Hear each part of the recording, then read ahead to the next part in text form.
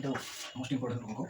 তো x equal to 14 দেওয়া আছে, আর একটা রাশিমালা হচ্ছে মান বের করতে হবে। তো আমি x ইকুয়াল টু হচ্ছে 14, আর রাশিমালাটা কি দেওয়া আছে আমি লিখছি। তো রাশিমালাটা দেওয়া আছে x to the power 4 minus 15 x cube plus 15x square plus minus 15x plus হচ্ছে 40। তো এই রাশিটার মান হচ্ছে কত হবে? অপশনগুলো আমি একটু লিখে নিচ্ছি সাথে। তো এতে বলা আছে 0, বিতে বলা আছে 40, সিতে বলা আছে 14, আর ডিতে বলা আছে 26। এটা একটু প্রিন্টিং মিস্টেক আছে, এটা 26 হবে।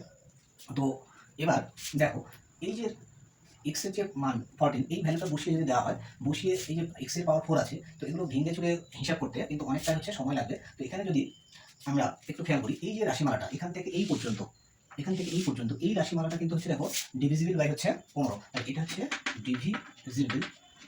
ডিভিজিবল বাই হচ্ছে 15, তাই তো? ডিভিজিবল বাই 15, তাহলে পুরো রাশিটাকে যদি আমি হচ্ছে 15 দিয়ে ডিভাইড করি তাহলে আমাদের কত হবে? তো যেটা 15 দিয়ে ভাগ করলে যেটা রিমাইন্ডার হবে, অপশনগুলোকে যদি আমরা 15 দিয়ে ভাগ করি, সেম রিমাইন্ডার পেলে আমরা সেটাই উত্তর বলতে পারবো। তো দেখো x এর মান হচ্ছে 14, তাহলে 14 আমরা কি লিখতে পারি?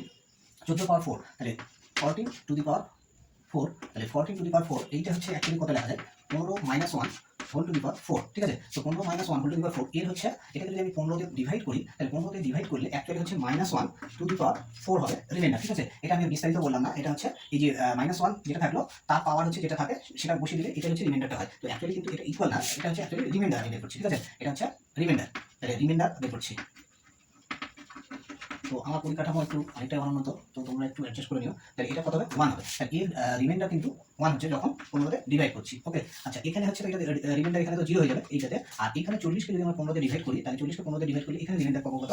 10 পাবো। এখানে হচ্ছে রিমাইন্ডার পাবো 10 পাবো, ঠিক আছে? 15 দিয়ে ডিভাইড করলে তাহলে টোটাল হচ্ছে আমার টোটাল রিমাইন্ডার কত হবে? এইটা কিন্তু টোটাল রিমাইন্ডার হবে, ঠিক আছে? গোটা রাশিটাকে যদি আমি হচ্ছে 15 দিয়ে ডিভাইড করি, তাহলে হচ্ছে 11 কিন্তু রিমাইন্ডার হচ্ছে, ঠিক আছে? 11 রিমাইন্ডার হচ্ছে, ঠিক আছে? তো এইবার হচ্ছে অপশনগুলোকে এটাকে 15 দিয়ে ভাগ, একটা বিভাজ্য হচ্ছে, এটা আমাদের হবে না। এটাকে যদি 15 দিয়ে ভাগ করি, এটা হচ্ছে আমার 10 হচ্ছে রিমাইন্ডার, এটা হবে না। আমাদের হচ্ছে রিমাইন্ডার কত? 11 হচ্ছে, ঠিক আছে? এটাকে 15 দিয়ে ভাগ করলে রিমাইন্ডার 14 হচ্ছে, এটা হবে না। তাহলে একমাত্র এই অপশনটাই পড়ে রয়েছে, এটা চেক করলে হবে, না করলে হবে। তো আমি তাও বলে দিচ্ছি, 15 দিয়ে ভাগ করলে 15, আর এদিকে হচ্ছে 5 6 11, তাহলে এইখানে কিন্তু রিমাইন্ডার 11 থাকছে, তাহলে এইটা আমাদের সঠিক আনসার হবে। এরকম করেও কিন্তু আমরা অঙ্কটা করতে পারি, তাহলে আমাদের কি হবে? অনেকটা হচ্ছে সময় বেঁচে যাবে।